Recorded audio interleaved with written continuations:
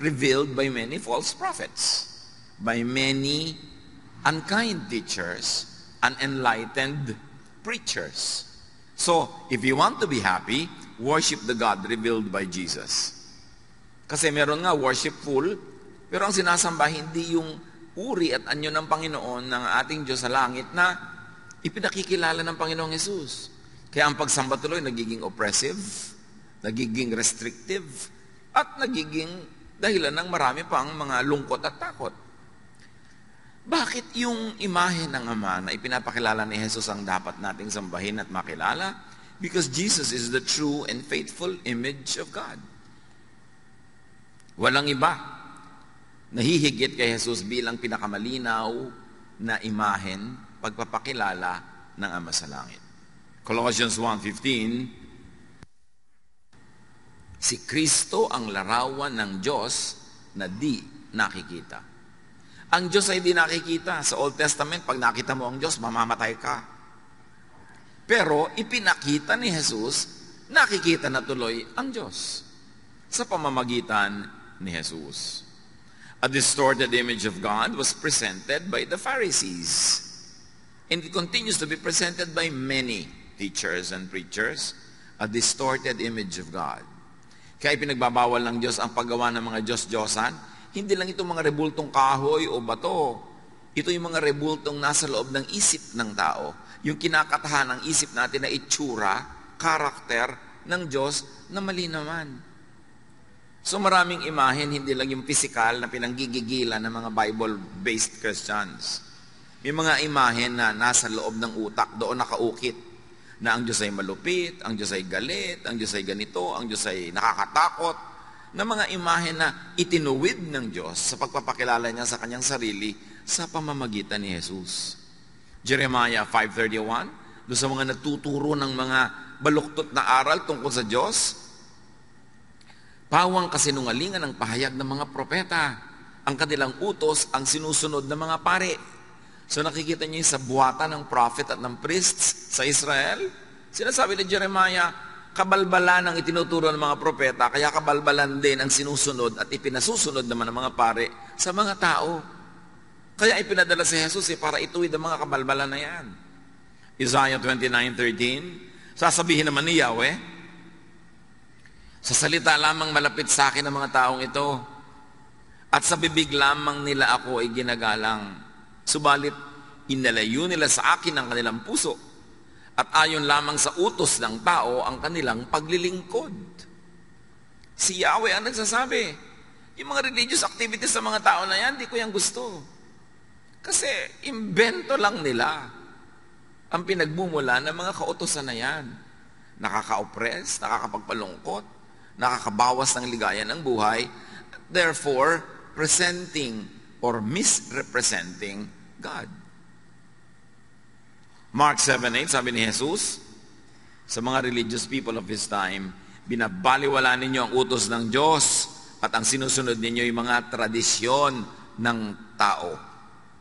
Sa makatuwid, ang napakaraming katuruan sa lumang dipan, ginagawa ng mga Israelita, pinagpapakamatayan nilang sundin. Sabi ni Jesus, tradisyon lang yan ng tao. At kasama doon ang lahat ng itinuwid niya. 10 walang gagawa pag Sabat, bawal ang kumain nito't gano'n, ng mga babae, bawal sa ministry, etc., etc. Sabi niya yan, gawa lang yan ng tao. Kaya itinuwid niya.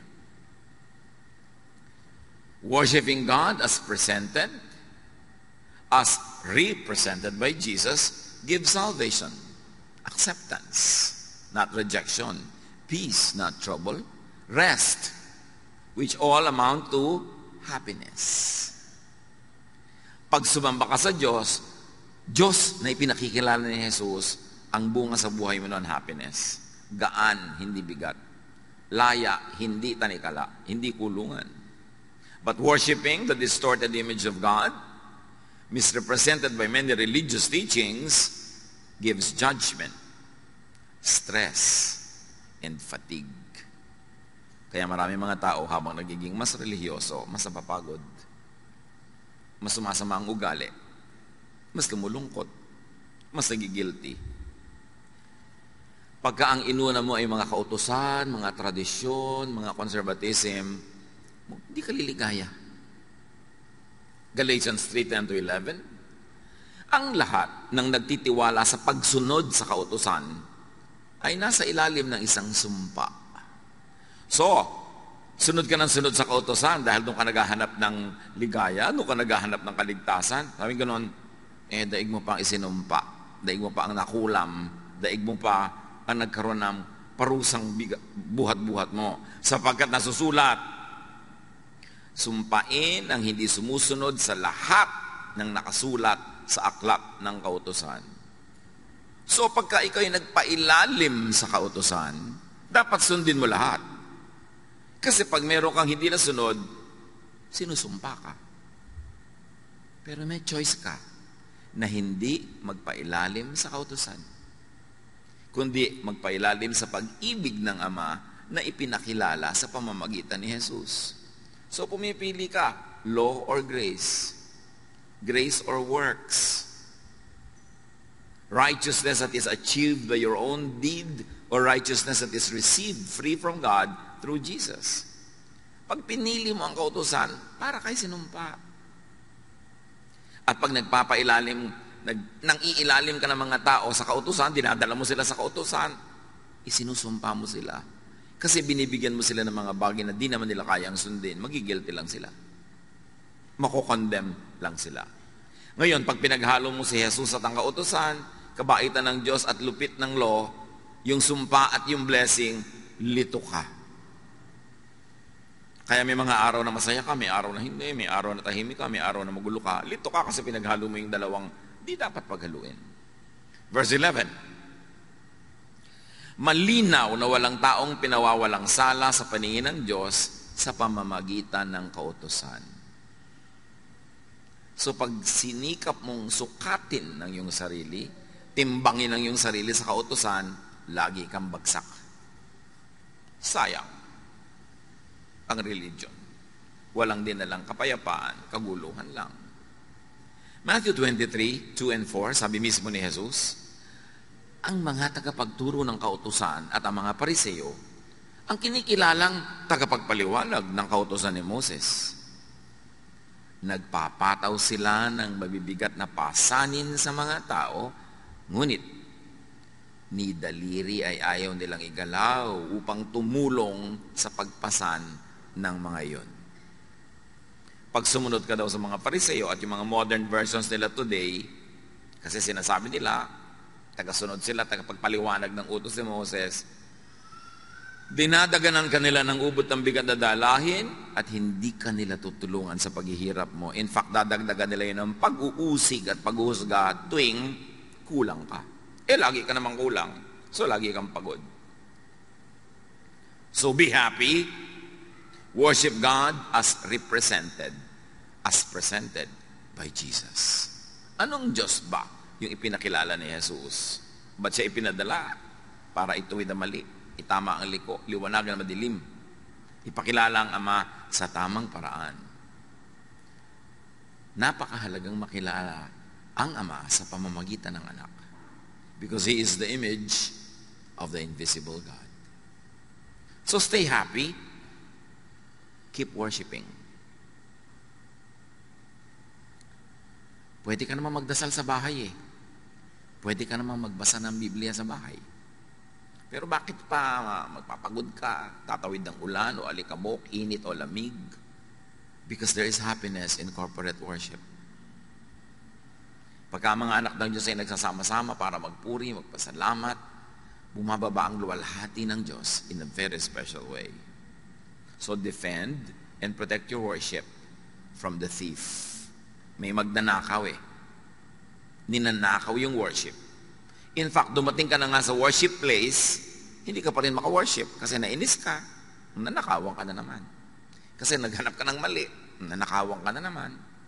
O nagpapaabala ka sa text and text sa'yo na wala namang katuturan habang nag-worship ka, nanakawan ka nun. Kaya textan mo, hoy, magnanakaw, tumigil ka. Ninanakawan mo ka ng worship time ko eh. Diba? Yung mga dumadapo sa isip mo na kung ano-anong mga guni-guni, mga alalahanin, dinanakawan ka. Nandiyan ka na nga, nanakawang ka pa rin. Sayang naman. Buti pa, hindi ka na dumating, pa hindi ka nagastos ng pamasahe, oras. Yung pala, nananakawang ka rin eh. Kaya dapat ipaglaban yan. John 10:10, dumarating ang magnanakaw para lang magnakaw. Pumatay at manira. Naparito ako upang ang mga tupa ay magkaroon ng buhay na masaganang lubos. At yun ang gusto ng Panginoong Diyos, ang Ama sa Langit, na ibibigay ni Jesus sa atin, kalinawan ng isip para tayo lumigaya sa buhay. At isa doon, maunawa natin yung ligaya, ma-enjoy natin yung ligaya ng pagsamba. There is happiness in worship. Marami sa mga nade-depress, isa sa mga nangyayari sa buhay nilang unang-una, tumitigil silang mag-quiet time, manalangin, mag-devotion. Tapos tumitigil sila na mag-Bible reading, tumitigil sila mag-pray, at tumitigil silang sumali sa family, group, corporate worship.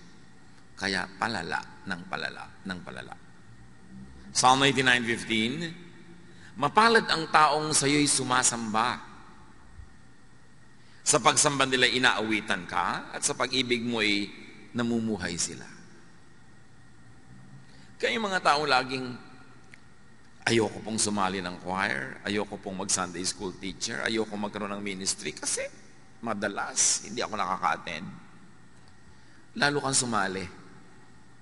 At mas mahigpit yung leader mo ng pag-check ng attendance, pinandidilatan ka na halos maglaglag ang mata niya pag late ka, blessing yun sa'yo. Kasi nauobliga kang dumating. Kasi pag dumating ka na, ikaw na yung mabe-bless. Alam niyo yung pagdalo sa mga gawain ng Panginoon?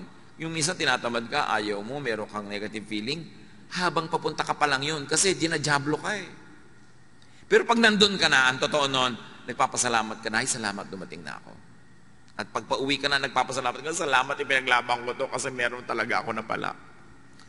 Yung struggle, sa papunta lang yun. Doon kayo dapat magwagi. Kasi talagang nanakawan ka. Psalm 63:1, in my heart, I long for you, as I would long for a stream in a scorching desert. At ang ginawa dito ang halintulad ay usa na nagtatatakbo ng ubod ng bilis sa napakainit na desyerto. Kaya as the deer panted for the water, so my soul longs after thee. Panted, ibig sabihin nun yung humihinga ng ubod ng bilis kasi uhaw na uhaw, pagod na pagod. As the deer pants for the water. Hindi yun isang piraso ng pantalon. Buntong hininga yun. So, napaka-importante kasi sabi niya, para akong usa, uhaw na uhaw ako pag malayo ako sa iyo. Ikaw ang tubig ko, ikaw ang aking living water. So, can you imagine kung gaano uhaw yung mga taong hindi sumasamba? Pero madalas hindi nila alam na yun ang dahilan ng pagkauhaw nila. So, worship lifts God up. And in the process, the worshiper is also lifted up. Sabi, bakit po ba natin itinataas ang pangalan ng Panginoon? Ganun po ba siya ka-proud? Gusto lagi itinataas, no? Pag itinataas mo siya, nahihila ka rin niya pataas. Ikaw ang nakikinabang. Pag pinupuri mo siya. Kasi pag pinupuri mo ang Panginoon, nabubuhay sa iyo yung mga pamana sa iyo ng Panginoon. Yung karakter mo na galing sa Kanya, yun ang nang umiiral, yun ang nangingibabaw, kaya aangat ka at diligaya. Pero pag ang pinupuri mo sa lifestyle, sa salita, sa buhay mo ay ang dyablo, yung mga karakter ng dyablo na nasa iyo rin, ang mabubuhay. Ang siyang mangingibabaw at mananaig, kaya magkakata-dyablo ang buhay mo. Kaya napakahalaga nung pinipili mo ang iniangat ang Panginoon. In our hearts, there is a God-sized vacuum that only God can fill. Alam niyo naman yung vacuum. Pero sa puso natin, may vacuum yan. May vacuum for kotse. Pag nagka-kotse, lumigaya ka. Sige. May vacuum for love life. Pag nagka-love life, lumigaya ka. May vacuum for pera. Nagka-pera ka, lumigaya ka. Pero ang pinakamalaking vacuum sa puso ng tao ay yung para sa Diyos. At liban na lang na nandun ng Diyos, kahit mapuno lahat yung ibang vacuum kanina, nagka-kotse ka, nagka-love life ka, nagka-bahay ka, nagka-pera ka, pag wala yung Panginoon sa vacuum niya, hindi ka maligaya. Pero pag ang Panginoon nandun na sa vacuum niya, kahit yung iba wala pa, maligaya ka na rin. Dala ka na. There is a God-sized vacuum that only God can fill. And a lot of that is filled in corporate worship. Kaya ipinaglalaban natin yun eh. Pwede naman tayo mag-worship na lang kanya-kanya, sa kanya-kanya mga sulok-sulok, gilid-gilid. Why rent a big place like this and pay for electricity and water and everything? Because we need a place where we can all worship together. Because God is delighted in worship that is comprised of many people, His children. At sa worship na yun, hindi lang yung nagkakakanta ka, nagdadasal, nagkakakilala kayo, nagkakatulungan, nagmamahalan kayo. Yun pa ang dapat ma-achieve. Kaya merong corporate worship. Psalm 42 verse 2, my soul thirsts for God, for the living God. Kaya marami mga tao, depressed po ako, malungkot po ako. Diyos lang yan, ang kulang. Kailangan lagay mo siya at yung lahat iba susunod na. Although marami pang ibang pwedeng gawin para yung mga depression na yan ay matanggal, pero inuuna mo yung relasyon mo sa Diyos. Kaya tayo tinuturuan. Ba't ba tayo tinuturuan laging be thankful? Maibig mo sabihin, ang gulgulo na ng buhay ko, be thankful? Yes. Kasi pag inisip mo yung dapat mo ipagpasalamat at nagpasalamat ka, ang nabubuhay sa iyo yung espiritu ng pagpapasalamat, hindi yung pagrereklamo. At pag nabubuhay yung espiritu ng pagsasalamat, nagiging magnet yon para lahat ng magagandang bagay magdatingan sa buhay mo. Kaya ka tinuturuan to be thankful. Hindi ka para utuin. O hindi ka para mag-in denial na hindi naman ka masaya, pupuri ka. Hindi ka nga masaya, kaya magpuri ka at sasaya ka. Dalawa lang yan mga kapatid. Ang saya-saya mo, kaya ka nagpupuri sa Diyos. O ang lungkot-lungkot mo, kaya magpuri ka para ka sumaya. Pareho ang effect. So if you have enough reason to thank God, thank God. But if you have no reason, you think to thank God, all the more that you should thank God para bukas ang isip mo na oo nga pala, maraming dapat ipagpasalamat. That's why you should count your blessings. Yung sumasamba, bakit ganun? Pagka hindi sumamba, parang kulang ang buhay. Kasi nakita na nila ang luwalhati ng Panginoon pag sumasamba sila. Psalm 63:2, I have seen your power and your glory in the place of worship. Or translated another way, also very correctly, grammatically, is when I worship. I see your power and your glory when I worship. And it is I, not we, kasi personal. Pag sumasamba ka sa Panginoon, ikaw ang nakakadama. Nakikita mo, hindi ng mata, yung kaluwalhatian ng Diyos. Nakikita ng spiritual eyes mo yun. That's why you are filled up. You are uplifted. That's why worship, although it might be demeaning, but we don't want to demean it, but worship is therapy. Kailangan ng tao sumasamba. Kailangan nga, kaya pag may kumakanta, dapat wala siya, dapat tama siya sa tono. Kasi sambang-samba ka na, tapos biglang, ay, half note. Diba? Ay, wala sa tong, ay, lumipat ng key. Diba? Ay, lumandang ng 2 octave ang singer. Paano ka mabe-bless doon na aabala ka nung kakulangan niya ng preparasyon? Kaya dapat excellent hindi dahil para tayo ma-oppress, kundi para walang bara. Kasi pag hindi excellent ang gawa ng mga naggagumagawa, may bumabara. Kaya duty mo na gandahan yan para hindi ka maging issue. Yung singer ka, kakanta ka para sa Panginoon, tapos ang suot mo para kang payaso, naabala yung mata namin. Diba? Iniisip namin, saan kaya siya galing na karnabal? Kaya dapat yung simple, yung hindi tumatawag ng pansin sa sarili. Kasi ikaw lang napansin namin, hindi na Diyos. Kaya nga pinag-uniform yung mga choir para magkakamuka, hindi yung pagandahan ng damit, pakintaman. Kaya nakakaabala yung mga ganung bagay. Pati mga katabi, yung may kasama kang bata, ang likot-likot, hindi na naka-worship yung katabi mo. Nakaganon lang yan, pero gusto niya lumutakin yung mukha ng bata na yan. Ipokrita lang siya, kaya hindi niya sinasapak ang anak mo. Pero ang totoo, yung anino niya, sabi niya sa anak mo, pak, pak, pak, pak. Lahat ng tumatawa, totoo. Hindi talaga nakaka-bless yung may malikot. Tapos may katabi ka, text ng text, uy, nasa worship ako. Hindi nakaka-bless yun. Diba? So dapat blessing ka sa kapwa mo nagwa-worship. Kasi pinaglaban niyang makarating dyan, tapos ikaw ang jablita sa buhay niya. yung pagtingin niya sa'yo, nakapatong pala sa batok mo si Satanas. Para busitin siya. So, dapat blessing tayo sa isa't isa. Yung bang, talaga, may mga palakpak pa yan. Yung bang, pwede ka namang umusod-usod para yung dumadating, makaupo na agad, hindi yung 5 tao na yung natapakan niya bago siya makarating sa silya doon sa loob. Yung be a blessing. Diba?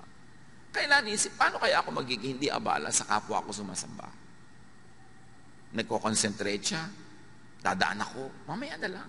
Pwede ko pa namang hindi gawin yung gusto kong gawin ngayon para hindi ako makaabala sa kapwa. Because when we are at worship, God is in His holy temple. And that temple is not a building. The temple is our heart. At dapat hindi yun nagugulo. Psalm 63:3, your love means more than life to me. And I praise you. Yun, Panginoon, ang mahalaga sa akin, yung pagmamahal niyo. At pag worship ako, nagpe-pray ako, nagpapasalamat ako, lalong lumilinaw sa akin na mahal niyo nga ako. At habang lumilinaw yun, nagiging positive ang pananaw ko sa buhay, lalo namang dumadating sa akin ng mga positive things. So value God's love as life, as more than life. And you celebrate God's love at worship. And remember, ang topic natin is how to be happy. And we focus on one very powerful way to be happy. Be worshipful. Stay happy. Psalm 63, 4-5. As long as I live, I will pray to you. I will sing joyful praises and be filled with excitement like a guest at a banquet. Masaya. So dapat iniiwan sa labas ang lahat ng mga cares, mga worries. Pupunta ka ba lang sa worship, itapon mo na yung mga nagpapaalala sa'yo, gumugulo sa'yo, para nakalagay ka sa tamang lugar. Put yourself in a path of blessing. At hindi lang sasama-sama tayo, may individual and personal worship pa. Psalm 63:6, I think about you before I go to sleep, and my thoughts turn to you during the night. Sabi mo, siguro, wala pang Netflix noon, kaya niya nagagawa yan.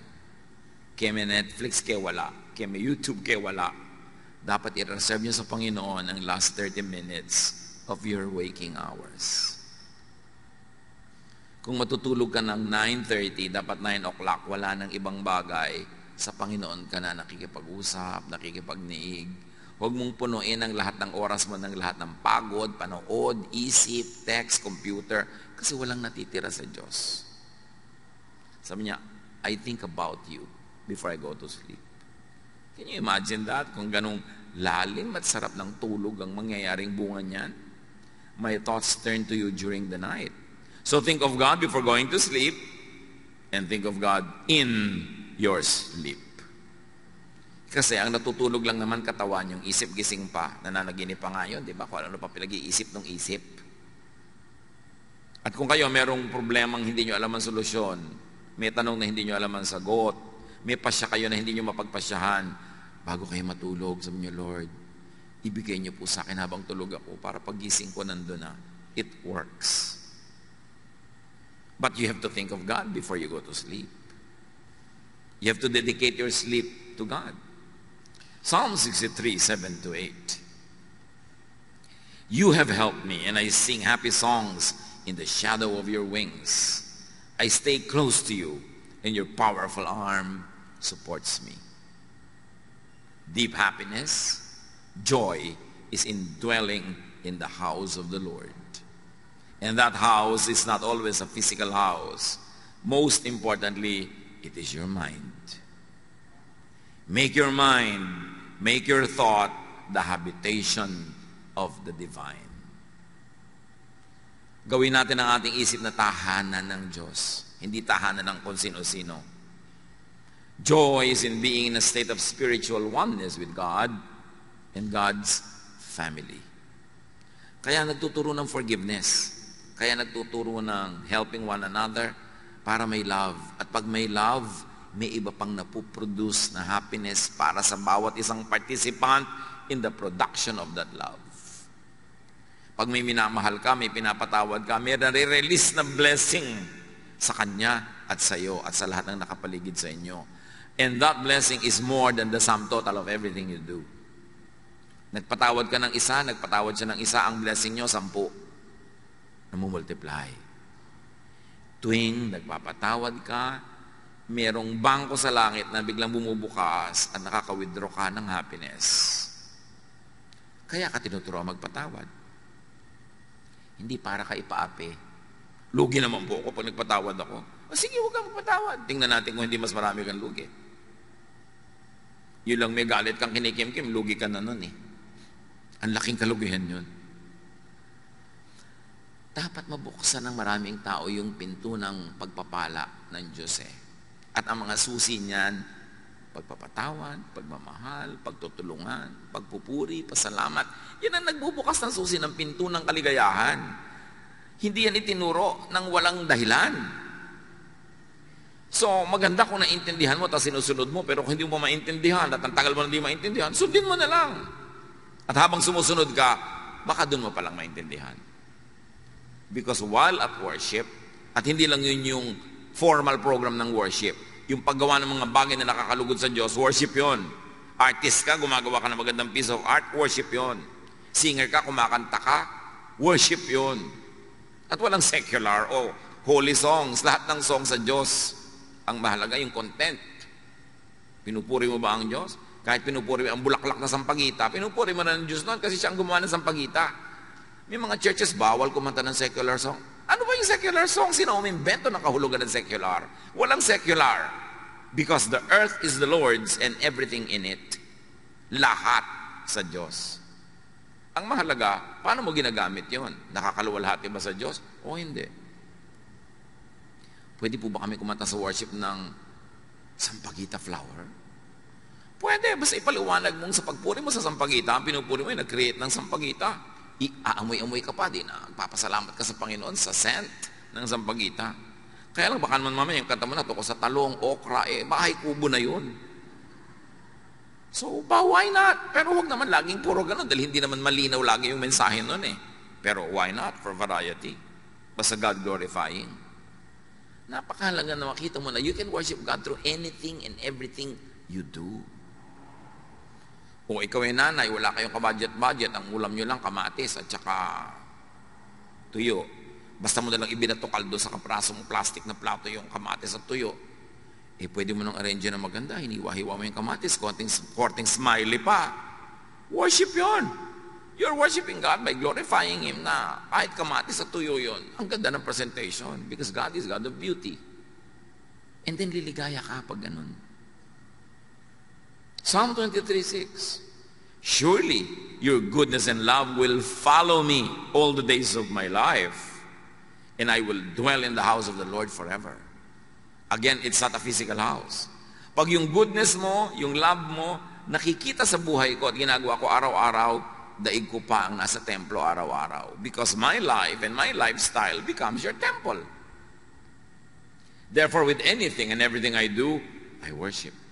I celebrate life. I live thankfully and gratefully. Psalm 84, 1-4, how lovely is your dwelling place, Lord Almighty. My soul yearns, even faints for the courts of the Lord. My heart and my flesh cry out for the living God. And up to a point, pwede natin yung i-apply sa places.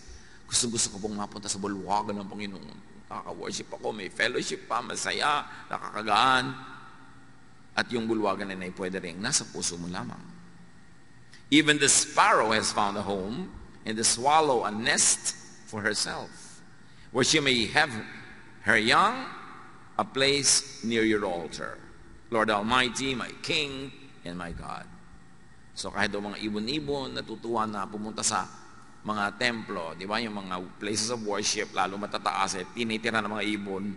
So it's a kind of metaphor na kahit mga ibang mga nilalang ng Diyos, gusto lagi nilang nasa malapit sa templo. Again, the temple should go beyond the physical meaning, but go to the spiritual meaning.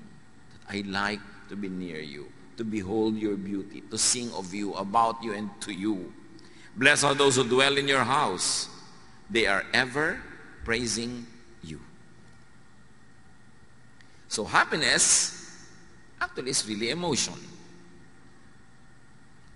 And emotion is nothing but brain and blood chemistry. So pwede natin na ayusin ang ating blood and brain chemistry para mag-create ng emotion that is happy. Yan ang ginagawa ng mga maraming therapists. Yung pinapaamoy ka na mabango, pinapakita ka na magandang view, pinapaninig ka na mga tunog-tunog ng ulan. Because when your brain is induced to be happy, the brain commands the blood to change its chemistry, and you become happy. Because happiness, like all emotions, is chemistry. Kaya may mga negative chemistry na nakaka-deceive. Yung mga yung higop ng higop at amoy ng rugby, hindi nagugutom. Kasi niloloko sila ng utak nila, nabusog sila. Kaya yung mga nagtitake ng mga ibang drugs, kahit 3 araw na gising, kasi niloloko sila ng drug na hindi sila inaantok. May negative effect, pero may positive effect ang ganyang mga bagay. So be and stay happy. Think thoughts that make you happy. When you think happy, your brain is happy, your brain commands your blood and your whole body to be happy. But when you think sadness, when you think horror, when you think fear, your brain commands every part of your body to produce fear, anxiety, worry. So it's all a thought. Masaya kayo, masaya, kumakain, ang ligaligaya, bigla niyong nakaalala yung asawa niyong malayo na biglang bakasyon, nangangalo niya. Diba, bigla mag-iinit ang mga paligid ng tenga mo, maiiba ang tibok ng iyong puso, magagalit ka na, wawalan ka ng gana, mahirap lumulon, dahil lang yan sa naisip mo. Actually, wala ka pa nakita. Kasi ang iniisip mo, nagiging ganun ka. Can you imagine kung paano tinotorture ng mga taong selosa ang sarili nila? Ng mga taong mainggitin, mga taong magagalitin, mga taong mapaghanap ng mali, tinotorture nyo ang inyong sarili.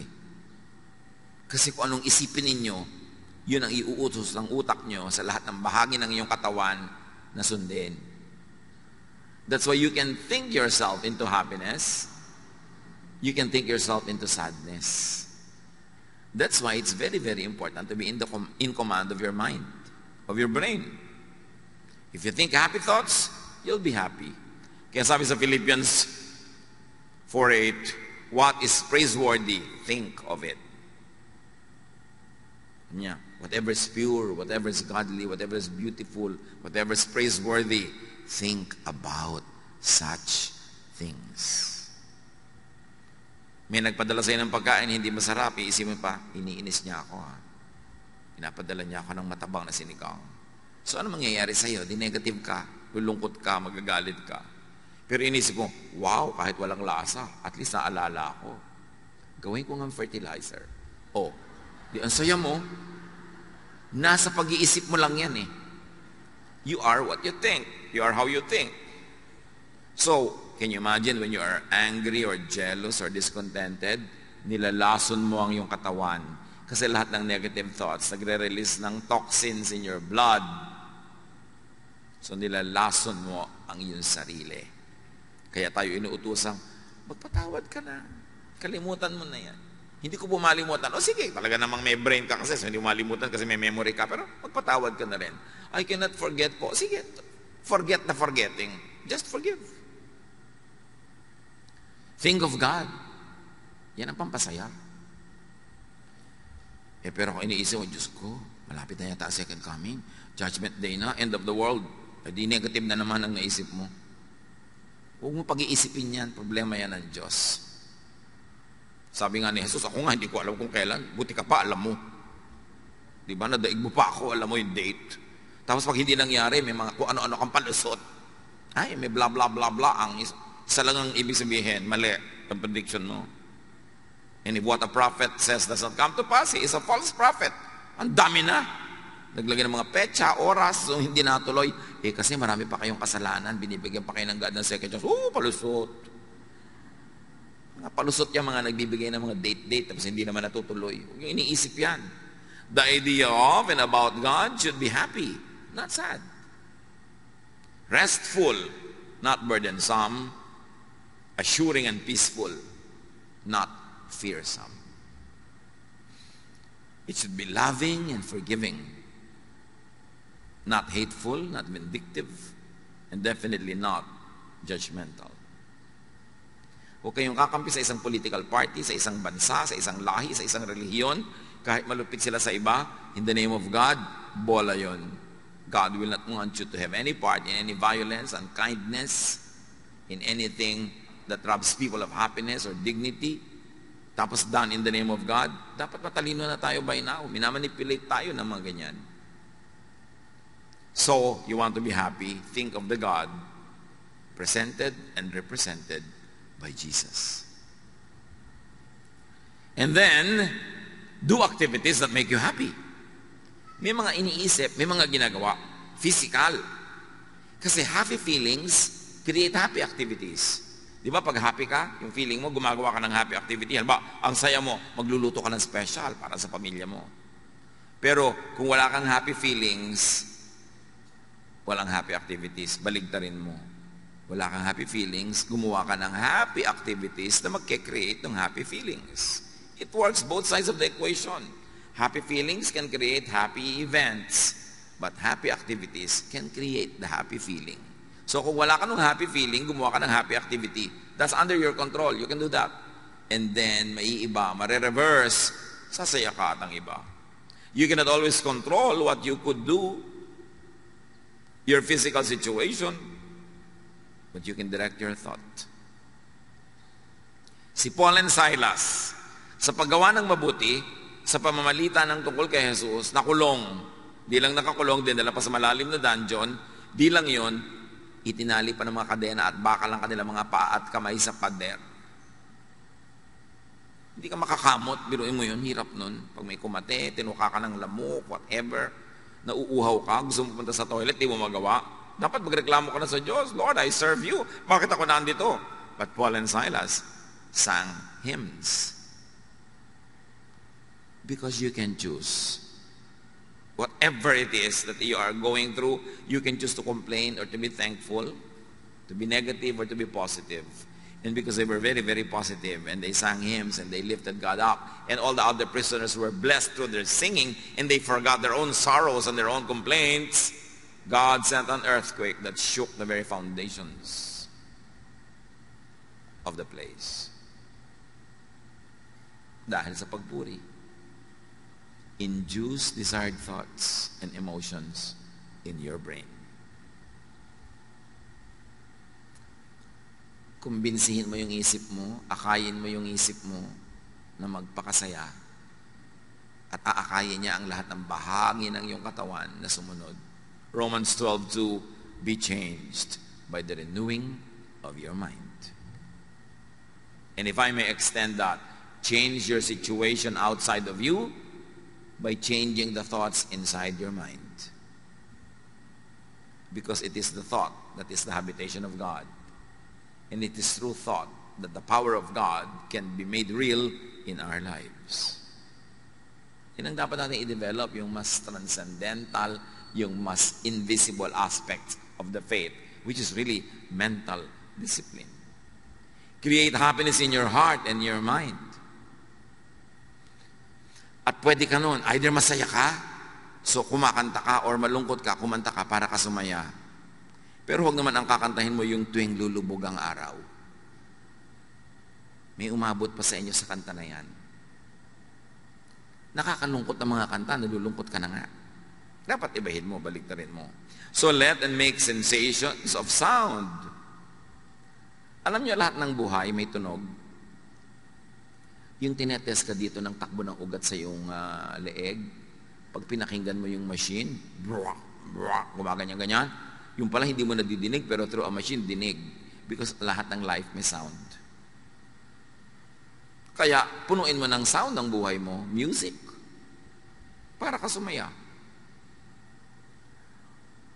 Or sight. Tulad nun, pag nakikita na yung temple, lumiligaya sila, or whatever the equivalent is in your life. Make sensations of smell and scent. Bakit sa Bible ang dami-daming, you anoint my head with oil, my cup overflows. Surely goodness and love will follow me all the days of my life. The anointing of the oils in the Old Testament, in many ancient traditions, are healing ang effect. Soothing to the emotion, comforting to the body. At yung mga oils na yun, hindi yung mga katulad ng oil na malalagkit, yung mga malalagkit na galing sa petroleum products, 3 araw na nasa balat mo pa, hindi yun ang oil na pinag-uusapan, yung mga pure. Dahil talagang laging healing yan. Sabi niya, anoint the sick with oil and they get well. So may healing powers talaga yung amoy, yung flavor, at yung dating sa yung balat. So smell. Aromatic things. Taste. Good food, good drink, good fellowship. Touch. That's why the laying on of hands are supposed to heal. Because touch heals. May mga kamayan, may mga hug-hug. Kasi nakaka-heal yun. And all of this lead to produce happiness. Happiness thoughts, happiness chemistry. So maraming paraan para sumaya.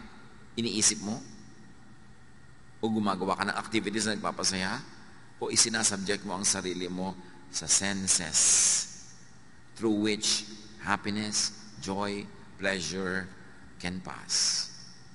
Si Elisha sa 1 Kings 19, this wonderful, powerful prophet of God wanted to die. Pero nabaligtad yun, matapos makakain, makatulog, at makipag-fellowship with an angel. Do the same. Ang dami-dami ko natatanggap ng mga tanong sa Facebook at kung saan-saan, nade-depress po ako, nalulungkot po ako, bla bla bla, ano pong pwede kong gawin?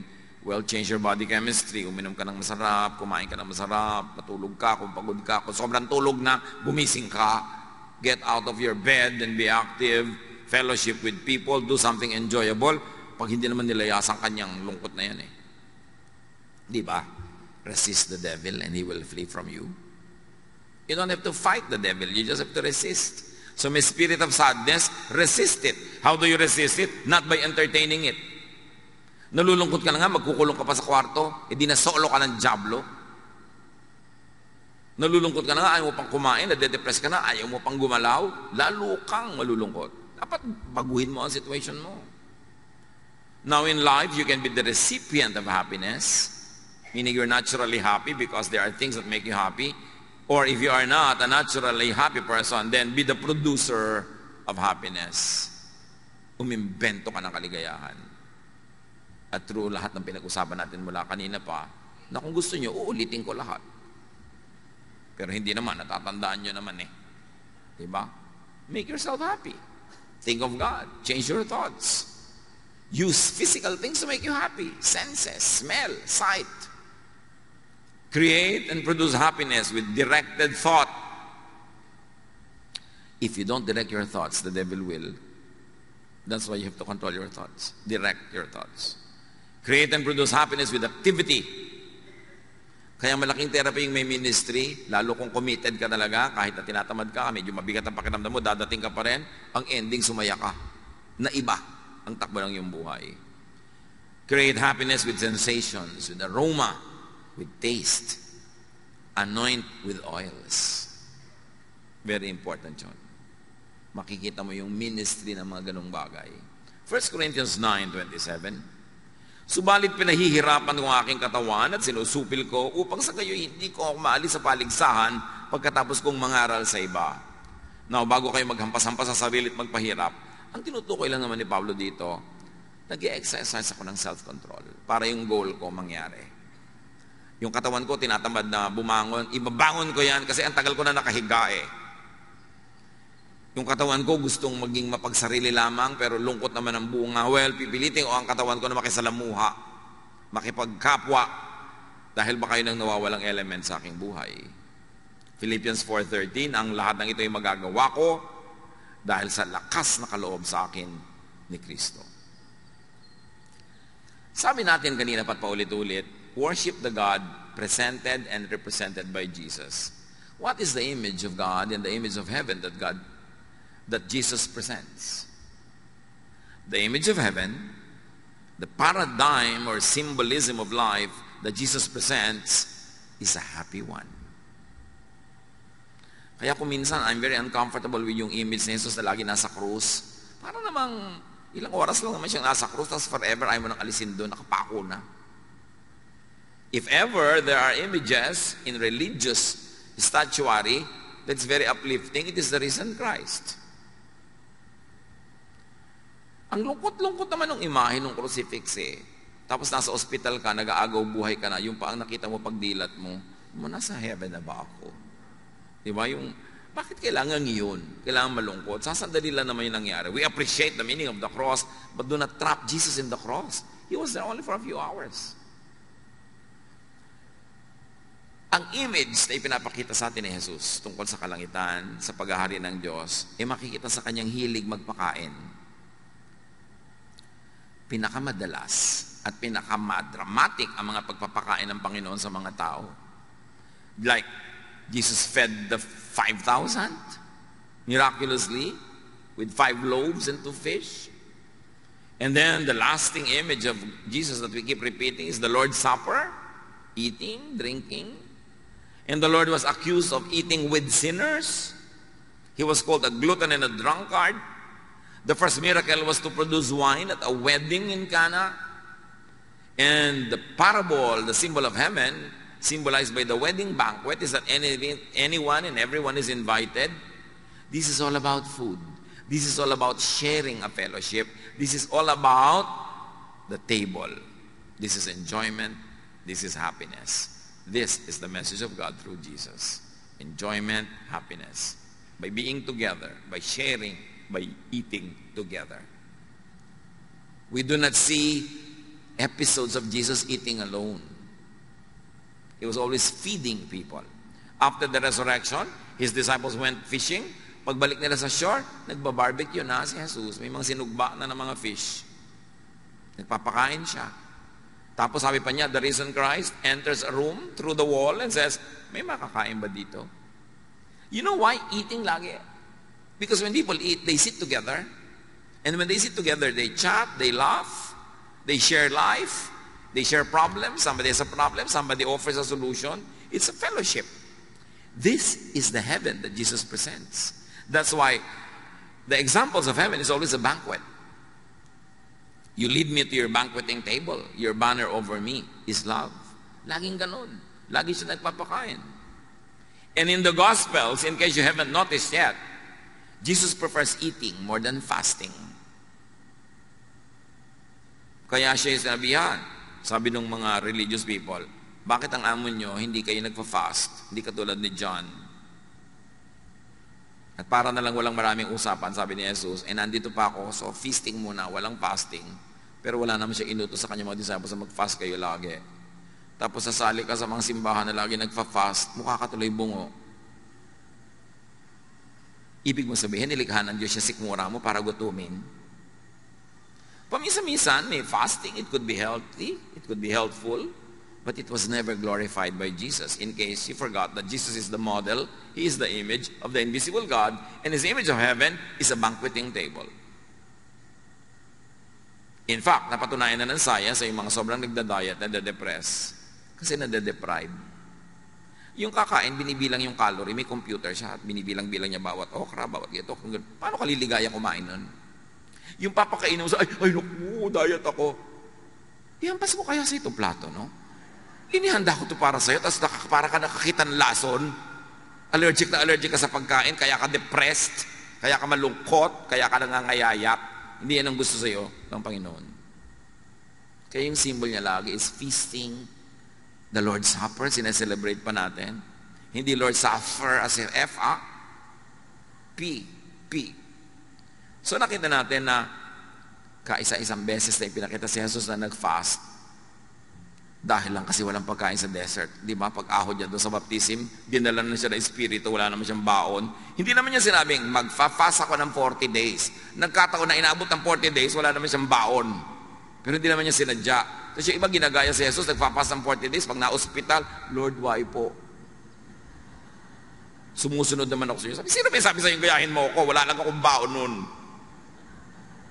Bakit gino-glorify ang ganyang mga bagay? So he eats with people most of the time. Why? To show that God is in fellowship with the people in an open table. Open, ha? Everybody's Distant tide in this experimental rhythm.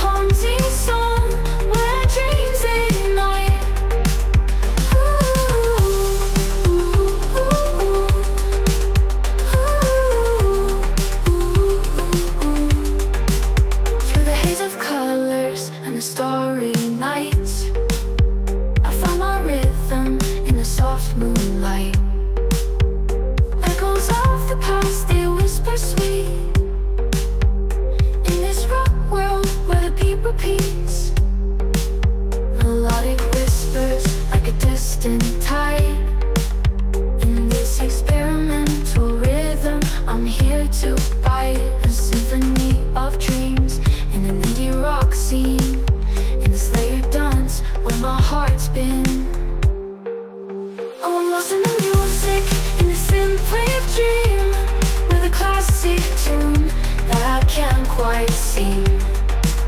Lay a female voice in the alt rock light, in this haunting song where dreams ignite.